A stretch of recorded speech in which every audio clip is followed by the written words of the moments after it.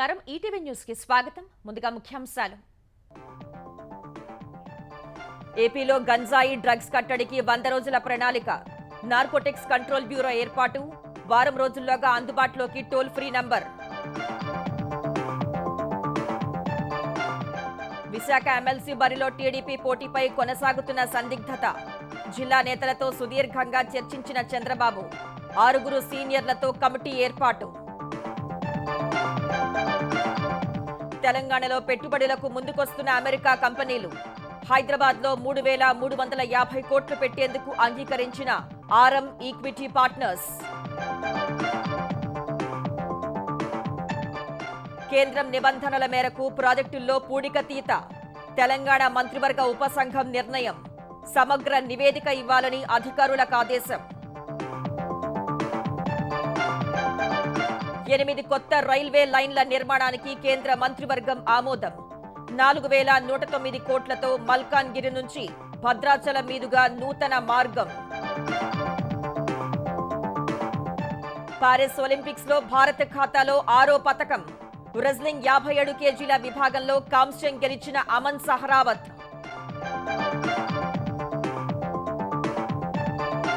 బ్రెజిల్లోని విన్హెడోలో ఘోర విమాన ప్రమాదం సిబ్బంది సహా 61 మంది ప్రయాణికుల దుర్మరణం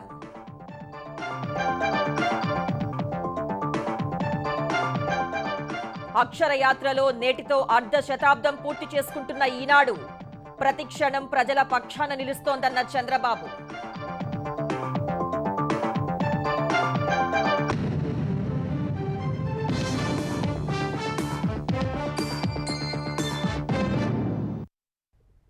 గంజాయి డ్రగ్స్ నిర్మూలనకు కూటమి ప్రభుత్వం సిద్ధమైంది ఎన్నికల్లో ఇచ్చిన హామీ మేరకు 100 రోజుల్లోగా ప్రత్యేక వ్యవస్థను ఏర్పాటు చేయబోతోంది రాష్ట్ర స్థాయిలో నార్కోటిక్స్ కంట్రోల్ బ్యూరో జిల్లా స్థాయిలో టాస్క్ ఫోర్స్లు ఏర్పాటు చేయనుంది ప్రాంతాల వారీగా హాట్స్పాట్లను గుర్తించడంతో పాటు వాటి మ్యాపింగ్ సరిహద్దుల్లో చెక్ పోస్టులు బలోపేతం చేయటం అసలైన కింగ్ పిన్లను పట్టుకోవడంతో పాటు వారికి శిక్ష పడేలా చేయటం వంటి బాధ్యతల్ని ఈ ప్రత్యేక సంస్థలు తీసుకోనున్నాయి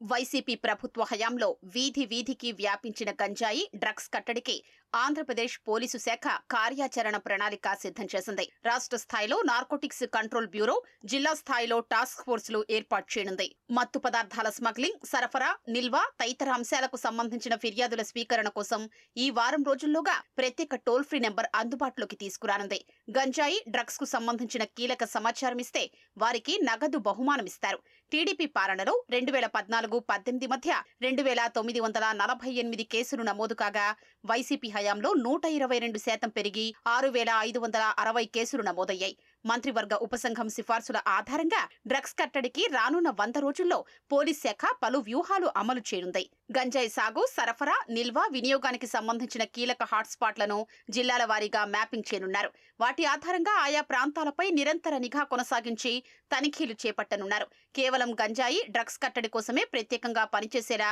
రాష్ట్ర స్థాయిలో ఐజీ స్థాయి అధికారి నేతృత్వంలో నార్కోటిక్స్ కంట్రోల్ బ్యూరో ఏర్పాటు చేయనున్నారు జిల్లా స్థాయిలో అదనపు ఎస్పీ స్థాయి అధికారుల నేతృత్వంలో నార్కోటిక్స్ టాస్క్ ఫోర్స్ బృందాల్ని పెట్టనున్నారు వీటికి అనుబంధంగా యాంటీ డ్రగ్స్ స్క్వాడ్స్ పనిచేయనున్నాయి ముందస్తు సమాచారాన్ని సేకరించి గంజాయి డ్రగ్స్ స్థావరాలపై దాడులు చేయడం వీటి ప్రధాన విధి ఇకపై ప్రతి కేసులో పట్టుబడ్డ వారిని వెనక నుంచి నడిపిస్తోంది ఎవరు వారి వెనక ఉన్నది ఎవరు అనే లింకు వెలికితీసి దాడులు చేపట్టనున్నారు వారి ఆస్తుల్ని జప్తు చేయనున్నారు ప్రస్తుతం ఏఓబీ నుంచే కాకుండా ఒడిశా రాష్ట్రం నుంచి పెద్ద ఎత్తున గంజాయి ఏపీలోకొస్తోంది దీన్ని కట్టడి చేసేందుకు సరిహద్దు చెక్ పోస్టులను బలోపేతం చేయనున్నారు facial recognition automatic number detection వ్యవస్థలతో కూడిన సీసీ కెమెరాలు ఏర్పాటు చేస్తారు సిబ్బందికి సమగ్ర అవగాహన కోసం ప్రత్యేక శిక్షణ కార్యక్రమాలు నిర్వహించనున్నారు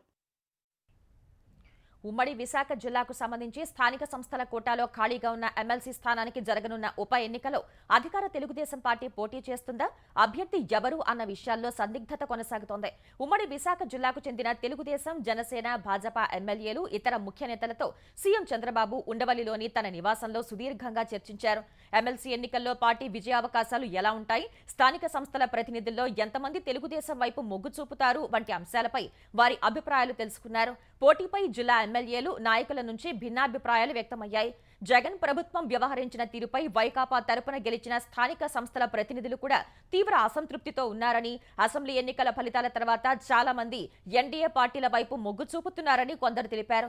ఎమ్మెల్సీ స్థానాన్ని గెలిచేందుకు అవసరమైనన్ని ఓట్లు కూడగట్టగలమని కొందరు భరోసా ఇవ్వగా, మరికొందరు పోటీకి దూరంగా ఉండటం మంచిదని అభిప్రాయపడ్డారు. దీనిపై ఒక నిర్ణయానికి వచ్చే ముందు మరింత లోతుగా అన్ని అంశాల్ని పరిశీలించేందుకు చంద్రబాబు 6గురితో కమిటీని నియమించారు. కమిటీ మిగతా నాయకులతో చర్చించి తమ అభిప్రాయాన్ని చంద్రబాబుకు తెలియచేయనున్నారు. దీనిపై 1-2 రోజుల్లో స్పష్టత వచ్చే అవకాశం ఉన్నట్లు పార్టీ వర్గాలు తెలిపాయి. ఏపీలో సముద్ర వనరుల సమర్థ వినియోగం, బ్లూ ఎకానమీ ప్రాజెక్టు అమలుకు ఆర్థిక సహాయం అందించాలని ప్రపంచ బ్యాంక్ ప్రతినిధుల్ని ఉప ముఖ్యమంత్రి పవన్ కళ్యాణ్ కోరారు. సచివాలయంలో ప్రపంచ బ్యాంక్ ప్రతినిధులు, సీనియర్ పర్యావరణ శాస్త్రవేత్తలు అవనీష్ కాంత్, పి సిద్ధార్థలతో పవన్ సమావేశమై సముద్ర వనరుల సమర్థ వినియోగం, బ్లూ ఎకానమీ, షోర్ ప్రాజెక్టు అమలు అంశంపై చర్చించారు. ఇప్పటికే కర్ణాటక, తమిళనాడు రాష్ట్రాల్లో ఈ ప్రాజెక్టు అమలుకు ప్రపంచ బ్యాంక్ అందిస్తున్న ఆర్థిక, సాంకేతిక సహాయాలను బ్యాంకు ప్రతినిధులు ఉప ముఖ్యమంత్రికి వివరించారు. అదే తరహాలో ఈ ప్రాజెక్టును ఏపీలో కూడా అమలు చేసేందుకు అనుకూలతల్ని ఆయన వారికి వివరించి ప్రపంచ బ్యాంక్ ఆర్థిక సహాయం అందించాలని కోరారు. ఇందుకు ప్రపంచ బ్యాంక్ ప్రతినిధులు సానుకూలంగా స్పందించారు. తెలంగాణలో పెట్టుబడులకు అమెరికాలోని పలు కంపెనీలు ముందుకొస్తున్నాయి. సీఎం రేవంత్ రెడ్డి బృందం పలువురు పారిశ్రామికవేత్తలతో చర్చలు జరుపుతున్నారు. హైదరాబాద్ లో సుమారు 3,350 కోట్ల రూపాయల పెట్టుబడులు పెట్టేందుకు ఆర్ఎం ఈక్విటీ పార్ట్నర్స్ అంగీకరించింది. హైదరాబాద్ లో next generation artificial intelligence power green data centre నిర్మించనున్నట్లు ప్రకటించింది. దశల వారీగా ఈ పెట్టుబడులు పెట్టనున్నట్లు తెలిపింది. అమెరికా పర్యటనలో భాగంగా సీఎం రేవంత్ రెడ్డి ఐటీ పరిశ్రమల శాఖ మంత్రి శ్రీధర్ బాబుతో సంస్థ సీఈఓ చైర్మన్ వెంకట్ బుస్సా సమావేశమయ్యారు. అనంతరం తెలంగాణలో తమ విస్తరణ ప్రణాళికలతో పాటు భారీ పెట్టుబడుల్ని కంపెనీ ప్రకటించింది. హైదరాబాద్ లో ఏఐ ఆధారిత గ్రీన్ డేటా సెంటర్ ఏర్పాటుకు నిర్ణయం తీసుకోవడం సంతోషకరమని, దీనివల్ల భారీగా ఉద్యోగాలు లభిస్తాయని సీఎం రేవంత్ రెడ్డి అన్నారు. నీటిపారుదల ప్రాజెక్టులకు ఎలాంటి నష్టం జరగకుండా కేంద్ర ప్రభుత్వ నిర్ణయానికి అనుగుణంగా పూడికతీత పనులు చేపట్టాలని తెలంగాణ మంత్రివర్గ ఉపసంఘం నిర్ణయించింది. పూడికతీత జలాశయాల సామర్థ్యం పెంపు అంశంపై ఏర్పాటైన మంత్రివర్గ ఉపసంఘం మొదటి సమావేశం నిన్న మంత్రి ఉత్తమ్ కుమార్ రెడ్డి అధ్యక్షతన జరిగింది. పూడికతీత విషయంలో కేంద్ర ప్రభుత్వ నిర్ణయానికి అనుగుణంగా ముందుకు వెళ్లాలని నిర్ణయించిన ఉపసంఘం కేంద్రమే అనుమతి ఇచ్చినందున పర్యావరణ అనుమతులు అవసరం లేదని స్పష్టం చేసింది. పూడిక తీసే విషయమై నీటిపారుదల, గనుల శాఖలు సమావేశమై ఒక నిర్ణయానికి రావాలని తెలిపింది. ప్రాజెక్టులకు ఎలాంటి నష్టం లేకుండా పూడికతీత పనులు చేపట్టాలని, ప్రాజెక్టుల రక్షణలో రాజీ పడవద్దని అధికారులకు స్పష్టం చేసింది. పూడికతీత సమయంలో వచ్చే సారవంతమైన మట్టిని రైతులకు ఉచితంగా ఇవ్వాలని, రవాణా ఖర్చు మాత్రం వారు భరించేలా చూడాలని తెలిపింది. పూడికతీత సమయంలో వచ్చే ఇసుకను ప్రాజెక్టుల ఇతర నిర్మాణాలకు ఉపయోగించాలని పేర్కొంది. ప్రాజెక్టుల్లో పూడిక తీయటం ద్వారా జలాశయాల్లో నిల్వ సామర్థ్యాన్ని యథాస్థితికి పునరుద్ధరించాలని, తద్వారా నీటి నిల్వలు పెంపొందించుకోవచ్చని ఉపసంఘం అభిప్రాయపడింది. ఇప్పటికే పూడిక తీత అమలు చేస్తున్న రాష్ట్రాల్లో పురోగతిపై అధ్యయనం చేయాలన్న ఉపసంఘం ఈ నెల 14వ తేదీ వరకు సమగ్ర నివేదిక ఇవ్వాలని అధికారుల్ని ఆదేశించింది. ఎన్నికల ముందు కాంగ్రెస్ ఇచ్చిన హామీ మేరకు జీవో నెంబర్ 46 అభ్యర్థులకు న్యాయం చేయాలని బీఆర్ఎస్ కార్యనిర్వాహక అధ్యక్షుడు కేటీఆర్ డిమాండ్ చేశారు. అందుకోసం ప్రభుత్వానికి కావాల్సిన సహకారాన్ని ఇచ్చేందుకు బీఆర్ఎస్ సిద్ధంగా ఉందని తెలిపారు. హామీ అమలు చేసే వరకు ప్రభుత్వంపై ఒత్తిడి చేయాలని కోరుతూ నందినగర్లోని నివాసంలో కేటీఆర్ను జీవో 46 అభ్యర్థులు కలిశారు. కాంగ్రెస్ నేతలు ఎన్నికల ముందు జీవో 46ను రద్దు చేస్తామన్నారని, అధికారంలోకి వచ్చాక పట్టించుకోవటం లేదని అభ్యర్థులు వాపోయారు. ఈ అంశంలో న్యాయం జరిగే వరకు ప్రభుత్వాన్ని వదిలిపెట్టేది లేదన్న కేటీఆర్ సమస్య తీరే వరకు అభ్యర్థులకు అండగా ఉంటామని స్పష్టం చేశారు. అంతకుముందు ఫార్మా కంపెనీల కోసం భూములు ఇవ్వాలంటూ ఇబ్బందులకు గురి చేస్తున్నారంటూ కొడంగల్ నియోజకవర్గ రైతులు కేటీఆర్ను కలిశారు. హకింపేట, పోలేపల్లి, లకచర్ల గ్రామాల్లో దాదాపు 3,000 ఎకరాలను బలవంతంగా తీసుకునేందుకు యత్నిస్తున్నారని కేటీఆర్కు విన్నవించారు. ఫార్మా కంపెనీలతో కాలుష్యం పెరుగుతుందని తాము వ్యతిరేకిస్తున్నప్పటికీ సీఎం రేవంత్ రెడ్డి సోదరుడు తిరుపతి రెడ్డి బెదిరింపులకు దిగుతున్నాడని వెల్లడించారు. ఈ విషయంలో బీఆర్ఎస్ అండగా ఉంటుందని రైతులకు కేటీఆర్ భరోసా ఇచ్చారు. కేంద్ర మంత్రివర్గం 8 కొత్త రైల్వే లైన్ల నిర్మాణానికి ఆమోదముద్ర వేసింది. ప్రధాని నరేంద్ర మోదీ ఆధ్వర్యంలో జరిగిన కేంద్ర మంత్రివర్గ సమావేశంలో ఈ నిర్ణయం తీసుకున్నారు. మొత్తం 24,657 కోట్ల రూపాయల అంచనా వ్యయంతో ఒడిశా, ఆంధ్రప్రదేశ్, తెలంగాణ, మహారాష్ట్ర, జార్ఖండ్, బీహార్, పశ్చిమ బంగాల్లో వీటిని చేపట్టనున్నారు. అందులో భాగంగా ఒడిశాలోని మల్కన్గిరి నుంచి భద్రాచలం మీదుగా పాండురంగాపురం వరకు 4,109 కోట్ల రూపాయలతో 200 కిలోమీటర్ల పొడవైన కొత్త లైన్ను నిర్మించనున్నారు. ఇది సాకారమయ్యాక ఆంధ్రప్రదేశ్, తెలంగాణ తూర్పు, ఈశాన్య రాష్ట్రాలకు రైల్వే అనుసంధానం పెరగనుంది. మహానది కోల్డ్ ఫీల్డ్ నుంచి మధ్య దక్షిణ భారతంలోని విద్యుత్ ప్లాంట్కు బొగ్గు సరఫరా సులభమవుతుంది. అల్యూమినియం, ఇనుప ఖనిజ పరిశ్రమలకు ప్రయోజనం చేకూరనుంది. ఏపీ, తెలంగాణలకు చెందిన వ్యవసాయ ఉత్పత్తులకు మార్కెట్ విస్తృతమవుతుంది. ఏపీలోని తూర్పుగోదావరి, తెలంగాణలోని భద్రాద్రి, కొత్తగూడెం జిల్లాల సామాజిక ఆర్థికాభివృద్ధికి ఈ మార్గం దోహదపడుతుంది. 5 దశాబ్దాల క్రితం అక్షరయాత్ర ప్రారంభించి ఆది నుంచి విప్లవాత్మక మార్పులతో తెలుగువారి గుండె చప్పుడుగా మారింది ఈనాడు. అనునిత్యం సరికొత్త ఆలోచనలతో తెలుగువారి లోగిళ్లను పలకరిస్తూ పాత్రికేయ రంగంలో ఎదురు లేకుండా ఎదిగిన పత్రికే ఈనాడు. ఉషోదయాన్ని సత్యం నినదిస్తున్న సమాచార విప్లవంగా నిలుస్తున్న ఈనాడు నేడు 50 ఏళ్ల అక్షరయాత్ర పూర్తి చేసుకుంటోంది. విశాఖ తీరంలో పురుడు పోసుకుని 4,500 సర్క్యులేషన్తో ప్రారంభమైన ఈనాడు 13 లక్షలకు పైగా సర్క్యులేషన్తో నంబర్ 1 తెలుగు దినపత్రికగా శిఖరాగ్రంపై సగర్వంగా నిలబడింది. ప్రజాస్వామ్యానికి ప్రమాదం తలెత్తిన ప్రతిసారి ప్రజల పక్షాన నిలిచి నియంతృత్వ పోకడలు, పాలకుల దోపిడీని ఎండకడుతున్న ఈనాడు అక్షర ప్రస్థానంపై కథనం.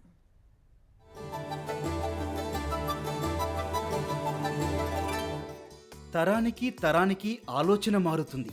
సినీ జనాలు దాన్ని ట్రెండ్ అంటే సాధారణ జనం కొత్త ఒరవడి అంటారు. ప్రతి తరంలో కొత్త ఆలోచనల్ని ముందుకు తీసుకెళ్తూ నూతన ఒరవడిని సృష్టించేవారినే టార్చ్ బేరర్ అంటారు. తెలుగు పత్రికా రంగంలో అలాంటి టార్చ్ బేరర్ ఈనాడు. విశాఖ సాగర తీరంలో 1974 ఆగస్టు 10న అక్షరయాత్రను ప్రారంభించి అత్యధిక సర్క్యులేషన్ గల తెలుగు పత్రికగా సగర్వంగా స్వర్ణోత్సవం జరుపుకుంటోంది ఈనాడు. ప్రతి గొప్ప ప్రారంభానికి ఒక చిన్న సంఘటన ప్రేరణ అన్నదానికి ఈనాడు చక్కని ఉదాహరణ. ఓ కాకతాళీయమైన పరిణామం నుంచి ఈనాడు వ్యవస్థాపకులు రామోజీరావులో పత్రిక పెట్టాలనే ఆలోచన పుట్టింది. వ్యాపార పనులపై ఆయన తరచూ విశాఖ వెళ్లేవారు. అక్కడ మధ్యాహ్నానికి గాని దినపత్రికలు రాని పరిస్థితి ఆయనకు చికాకు పెట్టించింది. వెంటనే పత్రిక పెట్టాలనే ఆలోచన వచ్చింది. అప్పటికే అన్నదాత నడుపుతోన్న అనుభవం ఉన్న రామోజీరావు తెలుగు పత్రికల రాజధానిగా ఉన్న విజయవాడలో పెడితే అందరిలో ఒకన్నవుతానని భావించి విశాఖను ఎంచుకున్నారు. ఈనాడు పేరుతో ఆగస్టు 10న విశాఖలో సూర్యుడి కన్నా ముందే మొదటి సంచికను పాఠకుల లోగిళ్లకు చేరవేశారు. దేశ విదేశాల వార్తలే కాదు, మన చుట్టూ ఉన్న సంఘటనలు కూడా పతాక శీర్షికల్లో కనిపించడం వారిని ఆకర్షించింది. విశాఖ విజయం ఈనాడు 50 ఏళ్ల జైత్రయాత్రకు తొలిమెట్టు కాగా భవిష్యత్తుకు భరోసా లభించింది. ఈనాడు ప్రారంభంలోనే రాష్ట్ర వ్యాప్తంగా విస్తరించాలనే ఆలోచన చేసిన రామోజీరావు మలిమజిలీగా హైదరాబాద్ను ఎంచుకున్నారు. అక్కడ తెలుగు చదివే వారిపై సమగ్ర సర్వే చేయించారు. సుమారు 50,000 చిరునామాలతో జాబితా సిద్ధం చేశారు. ఈనాడు ప్రతినిధులను ఇంటింటికీ పంపారు. కొత్త పత్రిక ప్రారంభిస్తున్నాం, వారం పాటు ఉచితంగా ఇస్తాం, నచ్చితే చందాదారులుగా చేరాలి అని చెప్పారు. ఈ ప్రయోగం ఫలించి వారం తిరిగేసరికి 35,000 మంది చందాదారులుగా చేరేందుకు సమ్మతి తెలిపారు. అలా 1975 డిసెంబర్ 17న నాటి సీఎం జలగం వెంగళరావు, నాటి హైకోర్టు చీఫ్ జస్టిస్ ఆవుల సాంబశివరావు, సినీ తారలు ఎన్టీఆర్, ఏఎన్ఆర్ సమక్షంలో హైదరాబాద్ ఎడిషన్ ప్రారంభమైంది. 3వ అడుగు విజయవాడలో మోపింది ఈనాడు. 1978 మేడే రోజు విజయవాడ ఎడిషన్ మొదలైంది. 3 కేంద్రాల నుంచి ప్రచురితమయ్యే తొలి దినపత్రికగా ఈనాడు చరిత్ర సృష్టించింది. 1,00,000 సర్క్యులేషన్తో ఆంధ్రప్రభను వెనక్కి నెట్టి అగ్రస్థానాన్ని అందుకుంది. అప్పటి నుంచి 46 ఏళ్లుగా నంబర్ 1గానే ఉంది. 1982 జూన్ 20న తిరుపతిలో 4వ ఎడిషన్ ప్రారంభం కాగా 1991 నుంచి 2002 నాటికి ఆంధ్రప్రదేశ్, కర్ణాటక, తమిళనాడు, మహారాష్ట్ర, ఢిల్లీలో కలిపి 23 ఎడిషన్లతో ఈనాడు విశ్వరూపం ప్రదర్శించింది. ఈ విస్తరణతో పాటే వానొచ్చినా వరదలొచ్చినా ప్రతి ప్రాంతానికి సకాలంలో పత్రికను పాఠకుల వద్దకు చేరుస్తోంది. గ్రాంధికం నుంచి వాడుక భాషను పత్రికలోకి తెచ్చి పత్రికా భాషకు కొత్త జీవం పోసింది. పాఠకుడు సులభంగా చదువుకునేలా సొంత ఫాంట్ను అభివృద్ధి చేసింది. ప్రతి ఘటనను మరుసటి రోజే సంచికలో వెయ్యాలనే సంకల్పంతో వార్తా సేకరణకు రాజధాని నుంచి మండల కేంద్రం వరకు పటిష్ట విలేకరుల వ్యవస్థను ఏర్పాటు చేసుకుంది. అక్షరాల్లోనే కాకుండా ఫోటోలతో వార్తలను చెప్పడం ద్వారా నూతన ఒరవడి సృష్టించింది. హైదరాబాద్ విమానాశ్రయంలో నాటి ముఖ్యమంత్రి అంజయ్యను రాజీవ్ గాంధీ అవమానించిన వైనాన్ని 8 ఫోటోలతో మొదటి పేజీలో వేసింది. తర్వాత పరిణామాలకు చరిత్రే సాక్ష్యం. చుట్టూ జరిగే ఘటనల్నే పాఠకులకు అందించాలనే లక్ష్యంతో 1989 జనవరి 26న తెచ్చిన జిల్లా అనుబంధాలతో పత్రికా రంగంలో నవశకానికి నాంది పలికింది ఈనాడు. జిల్లా అనుబంధాలు స్థానికుల వాణి వినిపించే బలమైన సాధనాలుగా మారాయి. పాఠకాసక్తికి అనుగుణంగా క్రీడలు, సినిమాలు, బిజినెస్ వార్తలతో కొత్త ట్రెండ్ తెచ్చింది. వసుంధర ప్రతిభతో మహిళలు, విద్యార్థులు పోటీ పరీక్షలకు సిద్ధమయ్యే వారికి చేరువైంది. వింతలు, విశేషాలు, కథలు, పజిల్స్, పదవినోదం వంటి ఎన్నో సరికొత్త ఫీచర్లతో ఆదివారం ప్రత్యేక సంచికతో పాఠకులను మెప్పించింది. అదే ఒరవడిలో 2002 జూలై 17 నుంచి చదువు, సుఖీభవ, ఛాంపియన్, ఈనాడు, సిరి, ఈతరం, హాయ్ బుజ్జి పేజీలను అందిస్తోంది. వారివ్వ, మకరందం, స్థిరాస్తి, పెళ్లి పందిరితో ఈనాడు పాఠకులకు మరింత చేరువైంది. 1999లో ఈనాడు .net ద్వారా ఆన్లైన్లో అరంగేట్రం చేసింది. 2007 జూలై 12న విశ్వవ్యాప్త తెలుగు ప్రజల కోసం ఈ పేపర్ను తీసుకొచ్చింది. ప్రతి 15 ఏళ్లకో 20 ఏళ్లకో మారుతున్న టెక్నాలజీతో పాటు పాఠకుల ప్రజల అవసరాలని మిళితం చేసి మనం రెండింటినీ సమన్వయపరుచుకుంటే వాళ్ళ మనసులో మన స్థానం ఎప్పుడూ సుస్థిరమే అనేది మేమందరం నమ్మే సూత్రం. 50 ఏళ్లుగా ఈనాడు కొనసాగిస్తున్నది, ఇకపైన ఇదే కొనసాగిస్తామని ఈనాడు బృందం అందరి తరపున నేను వినమ్రంగా చెప్పగలను. ప్రయోగాలు, పాఠకాసక్తితో పాటు ప్రతి సందర్భంలో ప్రజల పక్షాన నిలిచింది ఈనాడు. 1975లో ఇందిరాగాంధీ ఎమర్జెన్సీ విధించినప్పుడు పత్రికలకు స్వీయ లక్ష్మణరేఖ ఉండాలే తప్ప ఆంక్షలు తగవన్న వాణిని బలంగా వినిపించింది. 1977లో ఎమర్జెన్సీ తొలగించే వరకు అదే మాటకు కట్టుబడి ఉంది. ప్రజా ప్రయోజనాలకు విఘాతం కలిగిన ప్రతిసారి ప్రజల పక్షాన నిలిచింది. ఈనాడు ఎత్తి చూపిన తప్పులను దిద్దుకొని ప్రజలకు మేలు చేసిన పాలకులు ఉన్నారు. గిట్టక అణగదొక్కే ప్రయత్నం చేసిన వారు ఉన్నారు. 2004 తర్వాత వైఎస్ హయాంలో అనేక కుంభకోణాల్ని ఈనాడు వెలుగులోకి తెచ్చింది. అప్పుడు ఈనాడుపై కక్షగట్టి గ్రూపు సంస్థల ఆస్తుల విధ్వంసానికి వైఎస్ పన్నని కుట్రలు లేవు. అసైన్డ్ భూముల సాకుతో రామోజీ ఫిల్మ్ సిటీలో షూటింగ్ల కోసం నిర్మించిన భవనాల్ని కూల్చేశారు. పచ్చని చెట్లను కూకటి వేళ్లతో పెకలించారు. మార్గదర్శిపై దాడులకు తెగబడ్డారు. ఆ దాష్టీకాల్ని చట్టబద్ధంగానే ఎదుర్కొన్నారు రామోజీరావు. 2019 నుంచి 2024 మధ్య ఆంధ్రప్రదేశ్లో అదే పునరావృతమైంది. రాష్ట్రాన్ని రాబందుల్లా పీక్కు తింటున్న జగనాసురగణం దోపిడీ, రాక్షస పాలనకు ఈనాడు అద్దం పట్టింది. ఆ ఉక్రోషంతో మళ్లీ మార్గదర్శిపైకి సిఐడిని ప్రయోగించారు. సిబ్బంది, సీనియర్ ఉద్యోగులపై కేసులు పెట్టి వేధించారు. సోదాలంటూ చందాదారుల్ని భయపెట్టారు. అయినా ఈనాడు రాజీ పడని వైఖరితో నిజానిదే విజయమని జనం తేల్చి చెప్పారు. దుష్ట పాలకులను సాగనంపారు. ప్రజా చైతన్యంలోనూ ముందుండే ఈనాడు చేపట్టిన శ్రమదానోద్యమంతో పల్లెల్లో ప్రజలే రోడ్లు వేసుకున్నారు. కాలువలు బాగు చేసుకున్నారు. జలయజ్ఞం అనేక చెరువులకు జీవం పోసింది. స్వచ్ఛ భారత్ను ప్రజల్లోకి తీసుకెళ్లి ప్రేరణగా నిలిచింది. దాతృత్వంలోనూ ఈనాడు ఎప్పుడూ ముందే ఉంది. దివిసీమ ఉప్పెన నుంచి హుదుహుదు వరకు ప్రతి సందర్భంలో ఆ పన్నులకు తోడు నీడైంది.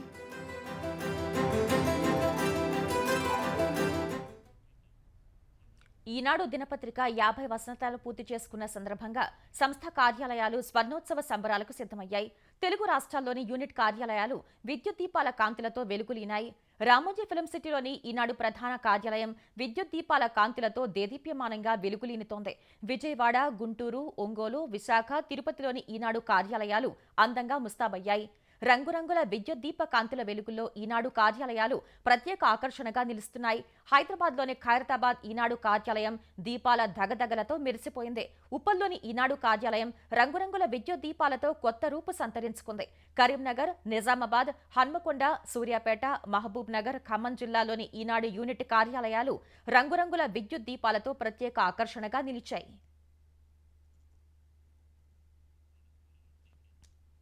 జనం కోసమే జర్నలిజం, ప్రజల కోసమే పత్రికా రంగం అని చాటిన 50 ఏళ్ల అక్షర శిఖరం ఈనాడు పత్రిక అని ముఖ్యమంత్రి చంద్రబాబు అభివర్ణించారు. ఈనాడు దినపత్రిక 5 దశాబ్దాలు పూర్తి చేసుకున్న సందర్భంగా ఆయన ఆవిర్భావ దినోత్సవ శుభాకాంక్షలు తెలిపారు.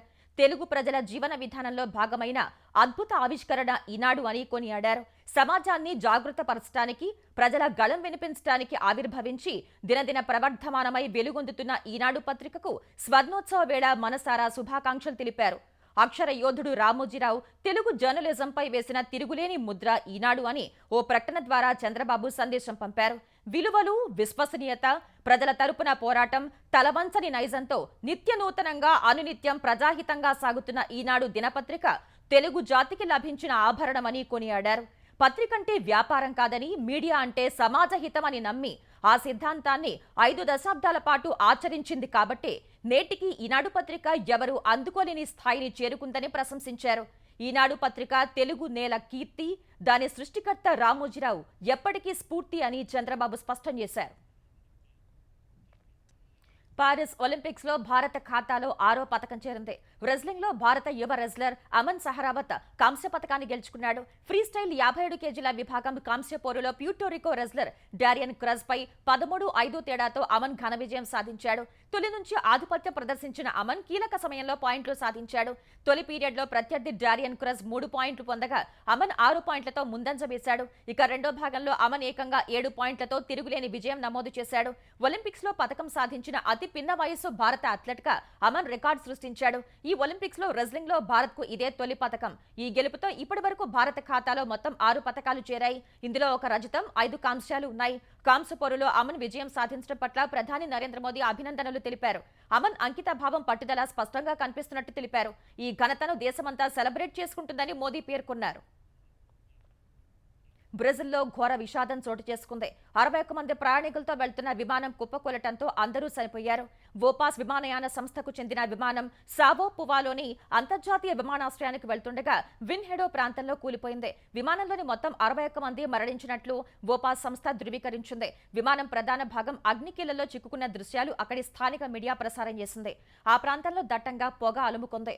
వెంటనే సంఘటనా స్థలానికి చేరుకున్న పోలీసులు, సహాయ సిబ్బంది బృందాలు రెస్క్యూ ఆపరేషన్ కొనసాగిస్తున్నాయి. ప్రమాదంపై బ్రెజిల్ అధ్యక్షుడు లూయిజ్ లులా డా సిల్వా ఆరా తీశారు. ఉక్రెయిన్ సైనికుల దాడులతో నైరుతి రష్యాలోని కస్క్ ప్రాంతంలో పరిస్థితులు భీకరంగా మారుతున్నట్లు కనిపిస్తున్నాయి.